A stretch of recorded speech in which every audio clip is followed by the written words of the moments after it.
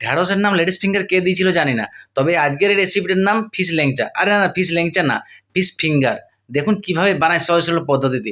বাজার থেকে মাছ ভালোভাবে পিস পিস করে কেটে নিয়ে চলে এসেছি। এবার গরম জলের মধ্যে দিয়ে অল্প লবণ হলুদ দিয়ে বেশ ভালোভাবে সেদ্ধ করে নিচ্ছি। দেখুন সেদ্ধ হয়ে গেছে। এবার মাছের থেকে মাছের কাঁটা বেশ ভালোভাবে আলাদা করে নিচ্ছি। মাছের কাঁটা আলাদা করতে যে নিজের হাতের মধ্যে আবার মাছের কাঁটা ঢুকিয়ে ফেলবেন না। এবার কড়াই তেল গরম করে গোটা জিরে, পেঁয়াজ কুচি, লঙ্কা কুচি, আদা কুচি, রসুন কুচি, টমেটো এবং এই যে মাছটা যে ছাল ছাড়িয়ে রেখেছিলাম, কাটা ছাড়িয়ে রেখেছিলাম, সেটা ওর মধ্যে দিয়ে অল্প একটু লবণ, অর্ধেকটা মতো সেদ্ধ আলু, অল্প একটু জিরে গুঁড়ো, ধনেপাতা কুচি আর একটু হোমমেড যে মশলা বাড়িতে যা থাকবে সেটা দিয়ে ভালো নাড়াচাড়া করার পর একটু ডোলা পাকিয়ে নেবেন। দেখুন আমি ল্যাংচা পাকিয়ে নিচ্ছি।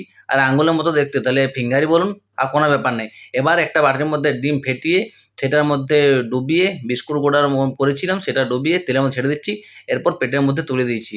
তৈরি আপনার লেডিস ফিঙ্গার, ফিঙ্গার, ফিশ ল্যাংচা যাই বলুন না কেন, খেলেই বুঝতে পারবেন এটা কি। ভিতরটা দেখুন কত সুন্দর দেখতে লাগছে, পুরো মাছে ভরপুর। দোকানে এরকম মাছ দেবে নাকি, অন্য সব দিয়ে ভর্তি করে দেবে।